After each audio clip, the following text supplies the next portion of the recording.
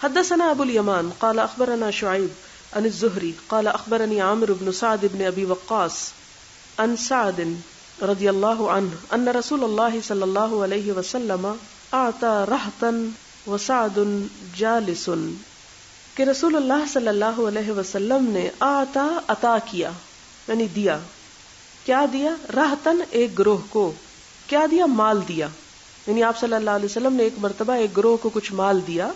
وسعد جالس، اور سعد بن ابی وقاص جو تھے وہ بیٹھے ہوئے تھے.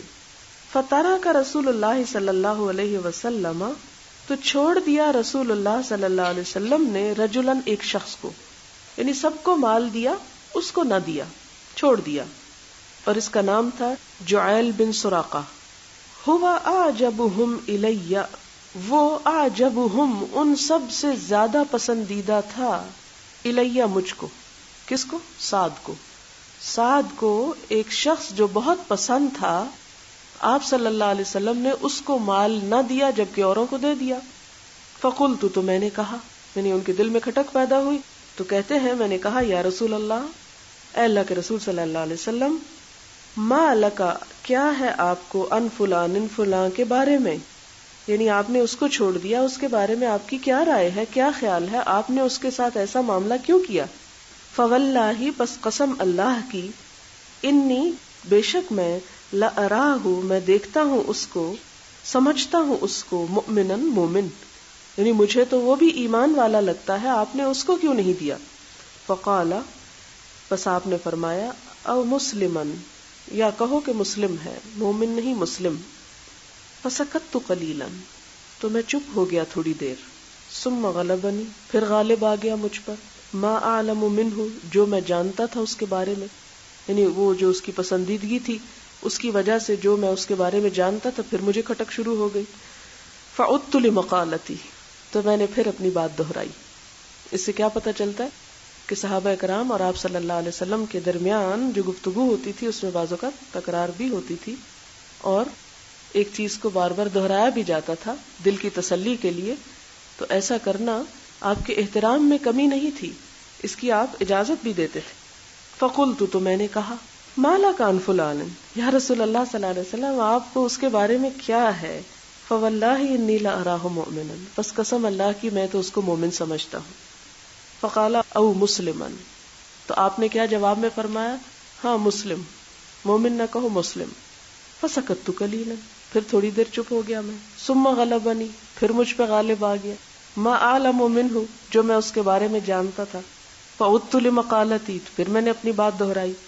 وعاد رسول اللہ صلی اللہ علیہ وسلم، پھر آپ صلی اللہ علیہ وسلم نے وہی بات فرمائی. عاد، لوٹے، یعنی پھر وہی فرمایا. ثم قال، او مسلمن کہہ کے پھر آپ نے فرمایا، یا سعد، اے سعد، انی، بے شک میں، لأعطی، البتہ عطا کرتا ہوں، الرجل، ایک شخص کو، وغیرہ، اور اس کے علاوہ دوسرا جو ہے، احب الیہ، زیادہ پیارا ہوتا ہے مجھ کو، یعنی جس کو میں نہیں دیتا وہ بعض اوقات زیادہ عزیز ہوتا ہے مجھ کو، منہ، اس سے، خشیۃ، ڈر کی وجہ سے، ان یکبہ اللہ فی النار، کہ دھکیل دے اس کو اللہ آگ میں، یعنی مجھے یہ ڈر رہتا ہے کہ کہیں اللہ اس کو اوندھے منہ دوزخ میں نہ دھکیل دے.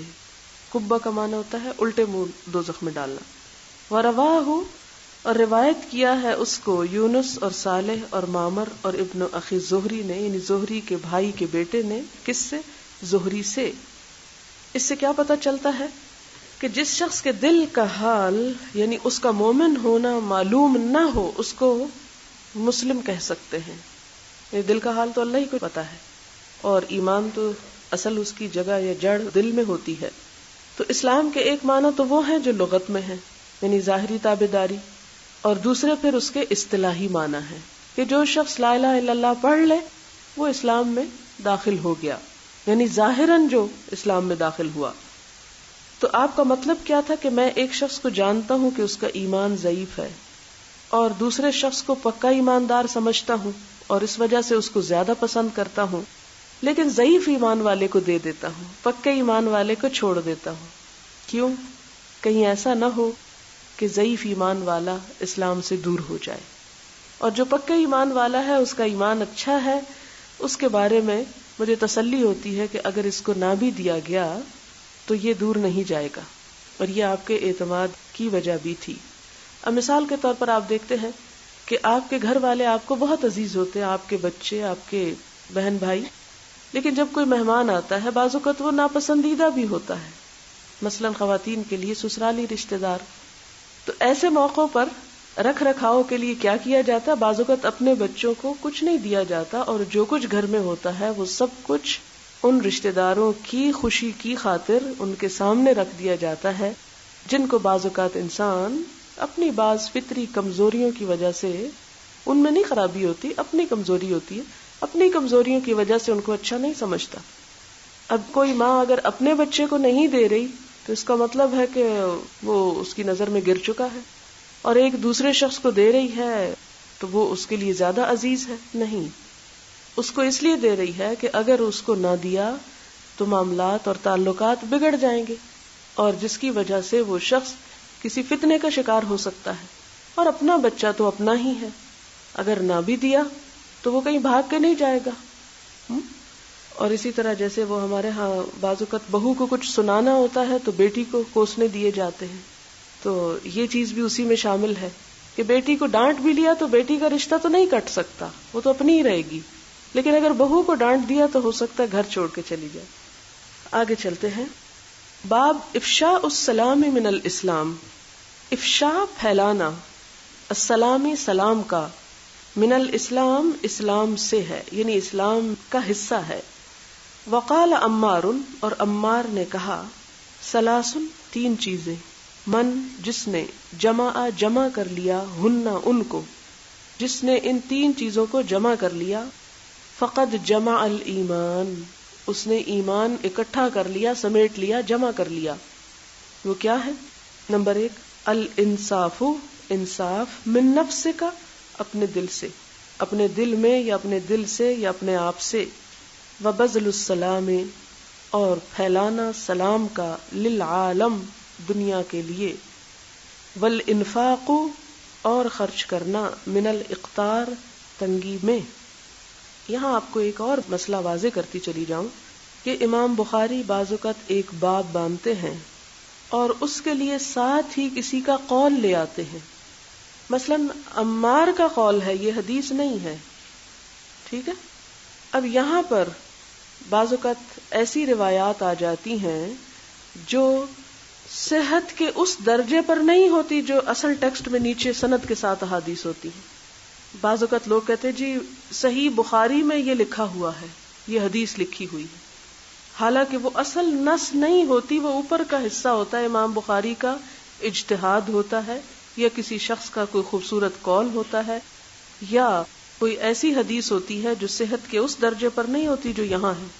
تو اس لیے یہ ایک نئی بات آج یاد رکھیں کہ باب کے ساتھ دلیل کے طور پر بعض اوقات کوئی آیت لاتے ہیں تو آیت ہے نا، بعض اوقات کوئی حدیث لاتے ہیں، اور بعض اوقات کسی کا قول لاتے ہیں، بعض اوقات صرف اپنی ہی طرف سے ایک اجتہاد پیش کرتے ہیں۔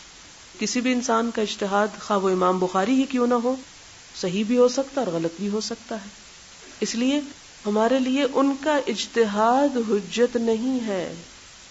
ہمارے لیے حجت کیا ہے؟ یہ اصل ٹیکسٹ جو حضور صلی اللہ علیہ وسلم سے ثابت ہے، اس لیے اس فرق کو سمجھنے کی کوشش کریں۔ بہرحال بڑا خوبصورت قول ہے کہ تین چیزیں ایسی ہیں کہ اگر کسی کو میسر آ جائے تو گویا اس نے اپنے اندر ایمان کو اکٹھا کر لیا، ایمان سمیٹ لیا۔ پہلی بات ہے الانصاف من نفسک، اپنے جی میں انصاف کرنا۔ اس کے دو معنی، ایک تو یہ کہ اپنے ساتھ انصاف کرنا، یعنی اپنے کو زیادہ رعایتیں بھی نہ دینا اور اپنے ساتھ ظلم بھی نہ کرنا، کیونکہ بعض اوقات انسان دوسروں کے لیے سختی کرتا ہے اور اپنے ساتھ رعایت برتا ہے، یہ انصاف نہیں ہے، اپنے ساتھ یہ ظلم ہے۔ بعض اوقات انسان اپنے ساتھ ظلم کر کے اپنے آپ کو جائز حق سے بھی محروم کر کے دوسرے کو حق دیتا ہے، تو یہ بھی انصاف کے خلاف ہے۔ لہذا انصاف یعنی عدل کے معنوں میں ہے کہ اپنے سے انصاف کرنا، پھر اسی طرح اپنے جی میں انصاف کرنا، یعنی اپنے اندر، اپنی سوچ میں اور اپنے خواہشات اور ان تمام چیزوں میں اعتدال پیدا کرنا۔ دوسرا ہے بذل السلام، خرچ کرنا سلام کو، پھیلانا سلام کو. اور سلام سے مراد یہاں دو ہو سکتے ہیں، ایک تو السلام علیکم ہے اور دوسرا پیس، سلامتی. کہاں پر؟ للعالم، ساری دنیا میں. یعنی سلامتی اور امن صرف اپنے لیے نہ چاہنا، بلکہ کس کے لیے چاہنا؟ سب لوگوں کے لیے چاہنا، پوری دنیا کے لیے چاہنا. اور اسی طرح سلام صرف اپنے لوگوں کو نہ کرنا، بلکہ ہر اس کو کرنا جس کو انسان جانتا ہے یا جس کو نہیں جانتا. اور اسی طرح الانفاق من الاقتار، تنگی کے وقت خرچ کرنا، کیونکہ جب زیادہ ہو یا ضرورت سے زائد ہو تو خرچ کرنا آسان ہوتا ہے، اور جب اپنی بھی کچھ حاجات ہو تو اس کو انسان کو خرچ کرنا مشکل ہوتا ہے. یہ عمار جو ہے یہ صحابی ہیں، ان کا یہ قول جو ہے یہ مسند احمد، مسند بزار اور طبرانی میں موجود ہے سند کے ساتھ. یہاں بغیر سند کے امام بخاری لائے ہیں، صرف یہ کہہ کے قال عمار. امام بخاری کو عمار کا قول کیسے پہنچا یہاں انہوں نے سند نہیں لکھی، کیونکہ وہ اصل ٹیکسٹ میں نہیں لا رہے، اس کو باب کی دلیل کے طور پہ لا رہے ہیں، اپنی بات کے لیے ایک سپورٹ کے طور پر. لیکن یہ قول موصولن یعنی سند کے ساتھ دوسری کتابوں میں موجود ہے. حدیث ہے: حدثنا قتيبة قال حدثنا الليث عن يزيد بن ابي حبيب عن ابي الخير عن عبد الله بن عمرو ان رجلا سأل رسول الله صلى الله عليه وسلم اي الاسلام خير. ایک شخص نے حضور صلی اللہ علیہ وسلم سے پوچھا کون سا اسلام اچھا ہے، کون سا اسلام بہتر ہے. قال تطعم الطعام، کھانا کھلاؤ، وتقرأ السلام، سلام کرو، علی من عرفت، ہر اس شخص کو جس کو تم پہچانتے ہو، ومن لم تعرف، جس کو تم نہیں پہچانتے. سلام کرو گے تو پہچاننے لگ جاؤ گے. باب کفران العشیری، باب ناشکری شوہر کی، وکفرن اور کفر، دون کفرن کفر کے علاوہ. فیہ، اس میں، عن ابی سعید الخدری، اس میں ابو سعید الخدری نے روایت کی ہے، عن النبی صلی اللہ علیہ وسلم، نبی صلی اللہ علیہ وسلم سے. اب یہاں پر ایک لفظ آیا ہے کفران. کفران کا معنی ہے ناشکری، اور کس کی ناشکری؟ شوہر کی ناشکری. یہ کس میں شامل ہو جاتا ہے؟ یہ بھی ایک طرح سے کفر میں شامل ہو جاتا ہے، لیکن یہ کفر وہ کفر نہیں جو لا الہ الا اللہ کا انکار ہے. اسی لیے کہتے ہیں کفرن دون کفرن، یعنی ایک کفر بہت بڑا کفر ہے اور یہ بھی کفر ہی جیسی ایک چیز ہے، لیکن اس میں درجے میں فرق ہے. دونا کا مطلب ہوتا ہے درجے کا فرق. اس میں وہ ابو سعید الخدری کی روایت ہے، لیکن امام بخاری نے ابو سعید الخدری کی روایت یہاں نہیں بیان کی، آگے آئے گی. اور اس میں کیا ہے، وہ ابو سعید الخدری کی روایت کیا ہے جو آگے آئے گی اس کا بتا دیتی ہوں. کہ آپ نے عورتوں سے فرمایا کہ تم صدقہ کیا کرو، میں نے دیکھا کہ تم دوزخ میں زیادہ ہو. انہوں نے پوچھا کیوں؟ آپ نے فرمایا تم لعنت بہت کرتی ہو، یعنی گالی گلوچ اور بد زبانی، اور خاوند کا کفر یعنی ناشکری کرتی ہو. یہاں پر جو حدیث امام بخاری لائے ہیں وہ ابن عباس کی ہے، یعنی اس باب میں دو حدیثیں ہیں، دو سندوں کے ساتھ. ابو سعید الخدری کی جس کا ترجمہ میں نے آپ کو بتایا، اور دوسری ابن عباس کی. ابن عباس کی یہ حدیث بہت طویل ہے جس کا صرف ایک حصہ امام بخاری یہاں لائے ہیں، اور اس کی مکمل حدیث اسی صحیح بخاری میں ایک اور جگہ پر آئے گی، اس لیے میں اس کو یہاں اب نہیں بیان کرتی کیونکہ وقت نہیں ہے اتنا. حدیث دیکھیے. حدثنا عبداللہ ابن مسلمۃ عن مالک عن زید بن اسلم عن عطاء بن یسار عن ابن عباس قال قال النبی صلی اللہ علیہ وسلم، نبی صلی اللہ علیہ وسلم نے فرمایا، اریت النار، میں دکھایا گیا خواب میں آگ کو. رآ کے معنی میں خواب میں دیکھنا بھی ہوتا ہے.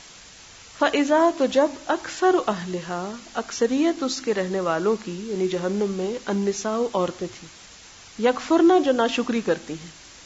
قیل، آپ سے پوچھا گیا، ایکفرنا باللہ، کیا وہ اللہ کا کفر کرتی ہیں؟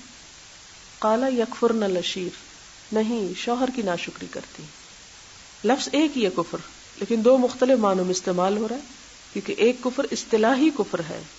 اصطلاحی کا مطلب وہ مومن کے مقابلے میں کافر، اور ایک ایمان میں آ کر کفر کے جیسے کام کرنا. وَيَكْفُرْنَ الْإِحْسَانَ، اور احسان نہیں مانتی. لو احسنت، اگر تو احسان کرتا رہے، الا، طرف، احداہن، ان میں سے کسی ایک کے، الدہر، سارا زمانہ بھی، پوری زندگی بھی، ثم رأت پھر وہ دیکھ لے من کا تجھ سے شیئن کوئی چیز یعنی کوئی خامی تیری، قالت کہے گی یا کہتی ہے ما رأیت نہیں میں نے دیکھا من کا تجھ سے خیرن کوئی بھلائی قط کبھی بھی، سب بھلائیوں پہ پانی پھیر دے گی۔ بڑی سخت حدیث ہے۔ بہت ساری عورتیں اس حدیث کو سن کر بڑی ناراض ہوتی ہیں، ان کی یہ ناراضگی انہیں فائدہ نہیں دے گی۔ کس سے ناراض ہوتی؟ اللہ تعالیٰ سے یا اللہ کے رسول صلی اللہ علیہ وسلم سے کہ اس نے یہ بات کیوں فرمائی۔ اس جگہ پہ ناراض ہونے کی بجائے ہمیں اپنے عمل کا جائزہ لے لینا چاہیے۔ اگر ہم ایسا کام نہیں کرتی تو ہمیں ناراض ہونے کی ضرورت ہی نہیں، اور اگر کرتے ہیں تو وہ کام چھوڑ دینا چاہیے کہ آپ صلی اللہ علیہ وسلم نے ہماری خیر خواہی فرمائی ہے، ہماری بھلائی کی ہے، کہ ہم کو بتا دیا کہ یہ کام اچھا نہیں، یہ بات اللہ تعالیٰ کو ناپسند ہے کہ کوئی شخص کسی پر احسان کرے اور وہ اس احسان سے ناشکری کرے۔ اب اس کو دوبارہ ذرا دیکھیں، آپ صلی اللہ علیہ وسلم نے فرمایا کہ میں نے جہنم میں اکثریت عورتوں کی دیکھی۔ اس سے یہ نہیں کہ مرد تھے ہی نہیں، مرد بھی تھے، لیکن عورتیں ذرا زیادہ نظر آئیں۔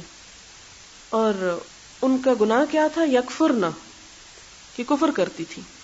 قیل یکفرنا باللہ، آپ سے پوچھا کہ کیا اللہ تعالیٰ سے کفر کرتی تھی، یعنی کافر عورتیں؟ فرمایا نہیں، یکفرن العشیر، عشیر عین شین رے، معاشرت اسی سے ہے، عشیر شوہر کے لیے استعمال ہوتا ہے۔ وَيَكْفُرْنَ الْإِحْسَانَ، اور شوہر کی خاص طور پر احسان نہیں مانتی، یعنی اس کی بھلائی اور اس کا جو احسان ہوتا ہے ایک عورت کے اوپر کہ وہ کما کر لاتا ہے، کھلاتا ہے، پلاتا ہے، سب کچھ لا کے عورت کے ہاتھ میں دے دیتا ہے اور ساری زندگی احسان کرتا رہے، تو پھر اگر عورت کو ایک بات بری لگے شوہر کی تو اس کی پچھلی ساری نیکی پہ پانی پھیر کے زبان سے یہ کہہ دیتی کہ میں نے تجھ میں کبھی کوئی بھلائی نہیں دیکھی، تم نے میرے ساتھ کبھی اچھا نہیں کیا۔ حالانکہ اگر وہ غور کرے تو آپ دیکھیں کہ ایک عورت، کیونکہ اسلام نے تو جہیز لانے کو نہیں کہا، اگر ایک عورت خالی ہاتھ بھی شوہر کی طرف آتی ہے اور سارا گھر اور بہت ساری سہولیات اور زندگی گزارنے کی نعمتیں جو اس کو میسر آتی ہیں، یہ شوہر کی کمائی کے بدلے میں ہی آتی ہیں، اس کی محنت اور اس کے خون پسینے کے نچوڑ۔ ایک مرد جب ساری زندگی پڑھتا ہے، اس کے بعد پھر جاب کرتا ہے یا کوئی تجارت کرتا ہے یا مزدوری کرتا ہے یا جو کچھ بھی کرتا ہے، تو وہ خود تو اپنی ذات میں اکیلا ہی ہوتا ہے، تو لا کے وہ جب وہ دیتا ہے عورت کو، عورت اپنے اوپر، بچوں پہ، گھر پہ، جدھر جیسا چاہے خرچ کرتی ہے۔ اور پھر کیونکہ شوہر بھی ایک انسان ہے اور انسان سے غلطی ہو جاتی، انسان کمزور ہے، پھر اگر اس سے توقعات اس کی پوری نہیں ہوتی تو جو اس نے احسان کر رکھا تھا اس کے بھی انکار کر دیتی ہے۔ اس چیز کو ناپسند کیا گیا اور اس چیز سے بچنا چاہیے، اور خاص طور پر ان الفاظ سے تو لازماً بچنا چاہیے، خواہ شوہر کتنا بھی برا کیوں نہ ہو، کہ تو نے مجھ پہ کبھی کوئی احسان نہیں کیا، میرے ساتھ کوئی بھلائی نہیں کی۔ اب یہ آپ سوچ رہے ہوں کہ کتاب الایمان میں اس حدیث کا کیا مطلب ہے؟ تو بات یہ ہے کہ یہاں پر ایمان کا جو اپوزٹ ہے کفر، اب اس کی بات ہو رہی ہے، اور کفر کے بھی پھر درجات ہیں، ایک اعتقادی کفر ہوتا ہے اور ایک عملی کفر ہوتا ہے۔ یہ عملی کفر کی نشانی ہے، اعتقادی کفر نہیں، یعنی ہو سکتا ہے ایک عورت کلمہ بھی پڑھتی ہو اور پھر ایسا کام کرتی ہو، تو اسی لیے اس کفر کو ناشکری کہا گیا، کیونکہ صحابہ کرام کو بھی یہی شک ہوا نا کہ یکفرنا، یعنی اللہ تعالیٰ کا انکار کہ نہیں اعتقادی کافر ہے؟ فرمایا نہیں، اعتقادی نہیں، عملی ناشکری کا شکار ہے۔ باب المعاصی کے گناہ من امر الجاہلیت، جاہلیت کے کام ہے۔ جاہلیت کا لفظ اسلام کے اپوزٹ بولا جاتا ہے۔ اسلام ایک روشنی کا نام ہے، علم کا نام ہے، جبکہ جاہلیت اس دور کو کہتے ہیں جو اسلام سے پہلے تھا، لا علمی کا دور تھا، ظلمات اور اندھیروں کا دور تھا۔ ولا یکفر، اور نہ کافر کہا جائے گا، نہ تکفیر کی جائے گی، صاحبہا، اس کے کرنے والے کو، بارتکابہا، ان کے ارتکاب سے۔ کس کے ارتکاب سے؟ امور جاہلیت کے ارتکاب سے۔ الا بالشرک، ہاں اگر وہ شرک کا ارتکاب کرے تو۔ لقول نبی صلی اللہ علیہ وسلم، آپ صلی اللہ علیہ وسلم کے فرمان کے مطابق، انکا، بے شک تو، امرؤن، ایک شخص ہے، فی کا، تجھ میں، جاہلیتن، جاہلیت ہے، جہالت ہے، وقول اللہ تعالی، اور اللہ تعالی کا فرمان، ان اللہ، بے شک اللہ تعالی، لا یغفر، نہیں بخشے گا، ان یشرک بہ، کہ شرک کیا جائے ساتھ اس کے، وَيَغْفِرُ اور بخش دے گا مَا دُونَ ذَلِكَ جو اس کے علاوہ ہے لمن یشاء جس کے لیے وہ چاہے وَإِن طَائِفَتَانِ اور اگر دو گروہ من المؤمنین مومنوں میں سے اقتتلوا جھگڑ پڑے لڑ پڑے فَأَصْلِحُوا تو صلح کرا دو بینہما ان کے درمیان فَسَمَّاهُمْ تو نام رکھا ان کا بھی المؤمنین مومن. کیا مطلب ہے اس کا؟ سب سے پہلے تو وہ باب باندھتے ہیں کہ المعاصی من امر الجاہلیہ، یہ ہے عنوان اس باب کا کہ گناہ جاہلیت کے کاموں میں سے ہیں، اور پھر جو جاہلیت کے کاموں میں سے کوئی کام کر لے اسے کافر نہیں کہا جائے گا. ہاں شرک، اگر وہ شرک اختیار کرتا ہے تو پھر اسے کافر کہا جا سکتا ہے، لیکن شرک کے علاوہ اگر اس سے کوئی اور بڑے سے بڑا گناہ بھی ہو جاتا ہے تو اس شخص کو کافر نہیں کہا جائے گا. کیا دلیل ہے اس کی؟ آپ صلی اللہ علیہ وسلم نے ایک موقع پر اپنے ایک صحابی کو کہا تھا کہ انک امرؤ فیک جاہلیہ، تو ایک ایسا شخص ہے جس میں جاہلیت موجود ہے. اس کی وضاحت آگے آئے گی وہ کیا موقع تھا اور کس بات پہ آپ نے اس کو کہا تھا. اور اللہ تعالیٰ کا قول یعنی شرک کا گناہ سب سے بڑا ہے کہ اللہ تعالیٰ ہرگز نہیں بخشے گا اگر اس کے ساتھ شرک کیا جائے، اور اس کے علاوہ سب چیزوں کو بخش دے گا جس کے لیے چاہے گا. اور پھر اگر مومنوں میں سے دو گروہ لڑ پڑے تو ان کے درمیان صلح کرا دو. تو فرمایا کہ لڑائی کے باوجود انہیں مومن کہا گیا، کافر نہیں کہا گیا. لڑنا کیا ہے؟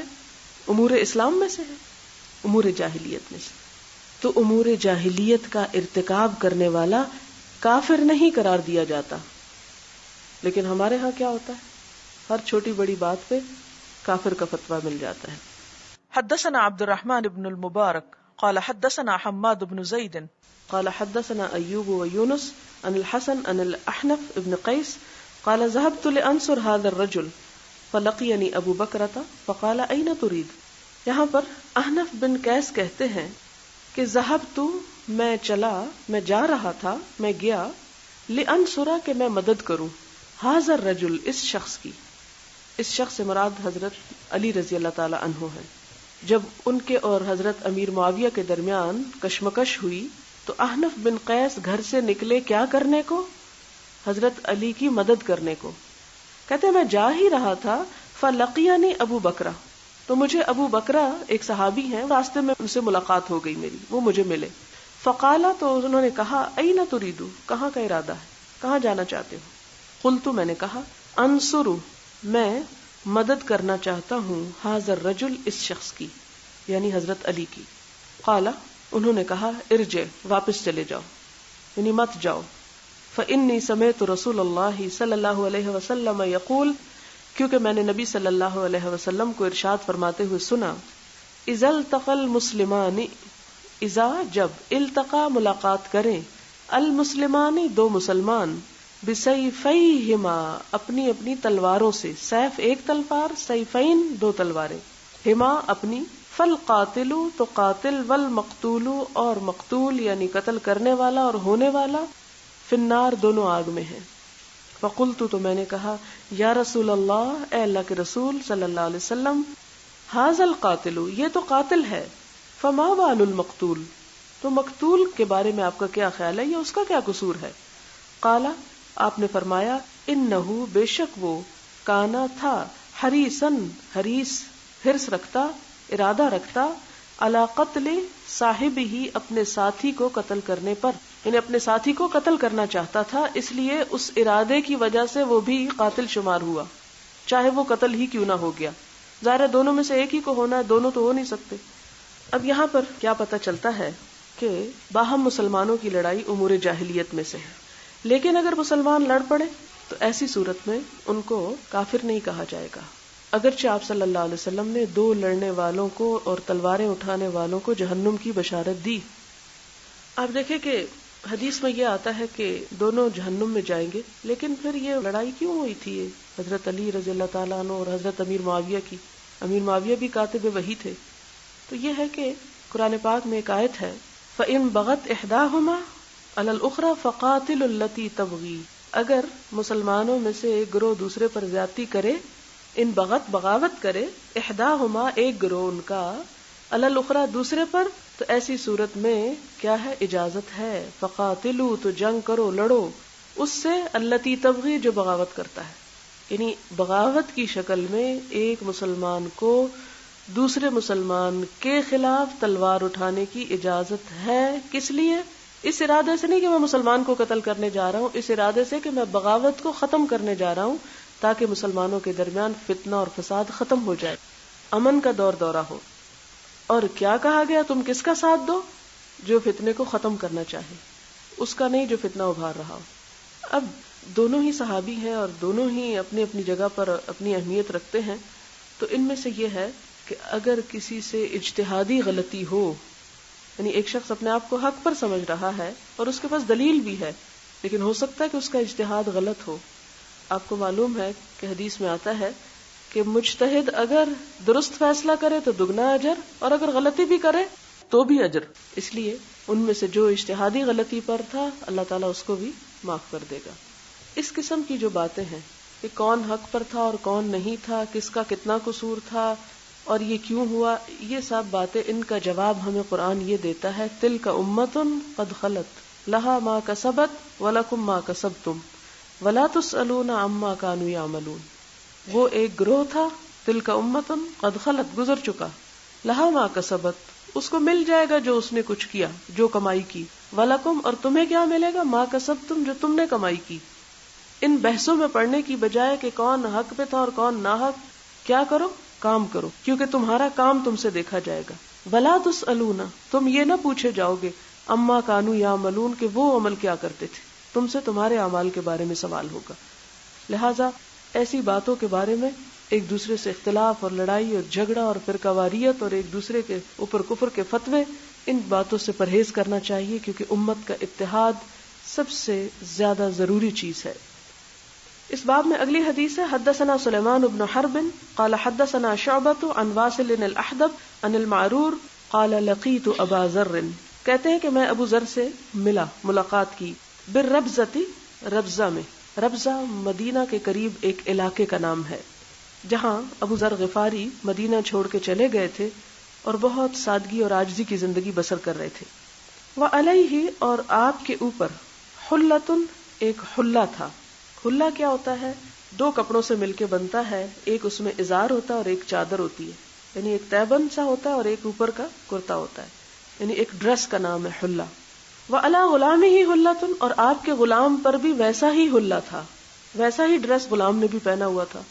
یعنی آقا اور مملوک میں بظاہر لباس کے اعتبار سے کوئی فرق نہیں تھا، دونوں ایک جیسا پہنے ہوئے تھے. فسألتہ عن ذلک، تو میں نے ان سے اس کے بارے میں پوچھا کہ ایسا کیوں کیا ہے تم نے، یعنی غلام کو وہی لباس کیوں پہنایا جو خود پہنا ہے. فقال، تو کہا، انی، بے شک میں نے، ساببت، گالی دی، سب و شتم اردو میں بھی استعمال ہوتا ہے، میں نے گالی دی، رجلن، ایک شخص کو، اور یہ شخص ہے حضرت بلال رضی اللہ تعالی عنہ. فعیرتہ، تو میں نے آر دلائی اس کو، بأمہ، اس کی ماں کے ساتھ. یعنی گالی کیا تھی، کیا کہا تھا، یا ابن السوداء، اے کالی کے بیٹے، یہ کہنا تھا. فقال علی النبی صلی اللہ علیہ وسلم، تو اس موقع پر مجھے نبی صلی اللہ علیہ وسلم نے فرمایا تھا، یا ابا ذر، اے ابو ذر، اعیرتہ بأمہ، کیا تو نے اس کو آر دلائی اس کی ماں کی وجہ سے، یعنی اس کو اس کی ماں کی گالی دی. انک امرؤ، یقیناً تم ایک ایسے شخص ہو، فی کا جاہلیہ، جس میں جاہلیت کی بات موجود ہے. یہ پیچھے آپ نے اتنا ٹکڑا حدیث کا باب کے اس میں پڑھا ہے. تم ایک ایسے شخص ہو جس میں جاہلیت کی خصلت ہے. اخوانکم خولکم، بھائی ہیں تمہارے غلام تمہارے، خول غلام، تمہارے غلام تمہارے بھائی ہیں. جعلہم اللہ، کر دیا اللہ نے ان کو، تحت ایدیکم، تمہارے ہاتھوں تلے، یعنی تمہارا محکوم بنا دیا. فمن کان اخوہ، تو جو شخص کے ہو اس کا بھائی، تحت یدہ، اس کے ہاتھ کے نیچے، یعنی اس کے ماتحت، فلیطعمہ، پس چاہیے کہ اسے کھانا کھلائے، مما یأکل، اس میں سے جو وہ خود کھاتا ہے، ولیلبسہ، اور چاہیے کہ پہنائے اس کو، مما یلبس، اس میں سے جو خود پہنتا ہے. ولا تکلفوہم، اور نہ تم تکلیف دو ان کو، مشقت میں ڈالو ان کو، ما یغلبہم، جو غالب آ جائے ان پر، یعنی جو وہ نہ کر سکے، جس کے تلے وہ دب جائیں. فَإِن كَلَّفْتُمُوهُمْ پھر اگر تم انہیں تکلیف دو فَأَعِينُوهُمْ تو ان کی مدد بھی کیا کرو. یعنی وہ ڈسٹنس مٹا دیا جو دوسری قوموں اور دوسرے ادیان میں آقا اور محکوم کے درمیان ہے، وہ فرق ختم کر کے ایک مساوات قائم کی. یہاں پر اصل چیز جس کی طرف اشارہ مقصود ہے وہ یہ کہ ایک شخص صاحب ایمان متقی ہوتے ہوئے بھی انسانی کمزوری کے تحت اس سے کوئی زبان سے یا عمل سے ایسی غلطی ہو سکتی ہے جو اس کی شان کے خلاف ہو، کیونکہ انسان ہے. حضرت ابو ذر غفاری رضی اللہ تعالیٰ عنہ بہت بڑے بلند مرتبے کے صحابی ہیں، لیکن انسان تھے اور ابھی نئے نئے مسلمان ہوئے تھے. حضرت بلال رضی اللہ تعالیٰ عنہ بھی مسلمان ہوئے تھے جو غلاموں میں سے تھے، اور بہت سے مشرکین مکہ آپ کو معلوم ہے سرداران مکہ اس لیے آپ کی محفل میں نہیں آتے تھے کہ یہاں بلال بیٹھے ہوئے ہیں، لیکن آپ کو بلال اتنے ہی عزیز تھے جتنے حضرت عمر یا حمزہ عزیز تھے، کہ وہ سٹیٹس کے فرق کی وجہ سے ایمان میں کمی نہیں آتی. لہٰذا ہم دیکھتے ہیں کہ وہ ان کے لیے ایک نیا دور تھا، ایک نئی زندگی میں داخل ہونا تھا کہ جس میں غلام کو بھی اپنے جیسا انسان سمجھو، کیونکہ اس معاشرے میں یہ روایت پہلے نہیں تھی. اس لیے کبھی کبھی پچھلی عادتیں لوٹ آتی تھی، وہ بڑا نیچرل ہے. ہم سب بھی ایسے کاموں کا ارتکاب کرتے. مثلاً ایک شخص نماز نہیں پڑھتا تھا، اس نے شروع کی، کبھی کبھی ایسا وقت ہے پھر سستی کر گیا مثلاً. یا اسی طرح اگر کسی شخص کو بد زبانی کی عادت ہے، کنٹرول کرتا پھر کسی وقت کوئی بات نکل جاتی ہے، تو وہ ایک عادت ایسی چیز ہے کہ جو انسان پہ بعض اوقات غالب آ جاتی. تو اسی لا علمی میں ان کے منہ سے یہ بات نکل گئی تو آپ صلی اللہ علیہ وسلم نے فرمایا کہ تم میں جاہلیت کی بات ہے، یعنی ایمان کے ساتھ یہ زیب نہیں دیتا. یہ نہیں کہا کہ تم کافر ہو گئے ہو، گالی دی ہے تو نہیں. اور پھر آپ نے غلاموں کے ساتھ بہترین سلوک کرنے کی تلقین فرمائی. اور ایک روایت میں آتا ہے کہ آپ صلی اللہ علیہ وسلم نے جب ان کو یہ بتایا کہ تم نے یہ غلط کیا ہے تو کہا جاتا ہے کہ ابو ذر غفاری نے زمین پر اپنا چہرہ رکھ دیا، اپنا گال رکھ دیا اور کہا کہ میں اس وقت تک نہیں اٹھاؤں گا جب تک بلال مجھے معاف نہ کر دے. اس سے اندازہ لگائیں کہ کتنی عاجزی تھی ان میں، تکبر نام کو نہیں گزرا تھا. لیکن ہم اپنا حال دیکھیں کہ ہم اپنے کام کرنے والوں کے ساتھ کیا معاملہ اور کیا سلوک کرتے ہیں. ان کو انسان بھی نہیں سمجھتے اور ان کی بیسک انسانی ہیومن نیسیسٹیز جو ہیں ان کا بھی خیال نہیں کرتے. تو یہ جب ایک شخص مسلمان ہو کر امت اسلام میں داخل ہو جاتا ہے تو پھر ان کے بنیادی حقوق برابر ہو جاتے ہیں. یہ نہیں کہا گیا کہ تم اپنا گھر کا آدھا مال ان کے حوالے کر دو کہ یہ تمہارا ہو گیا، نہیں، لیکن ان کو انسان سمجھو.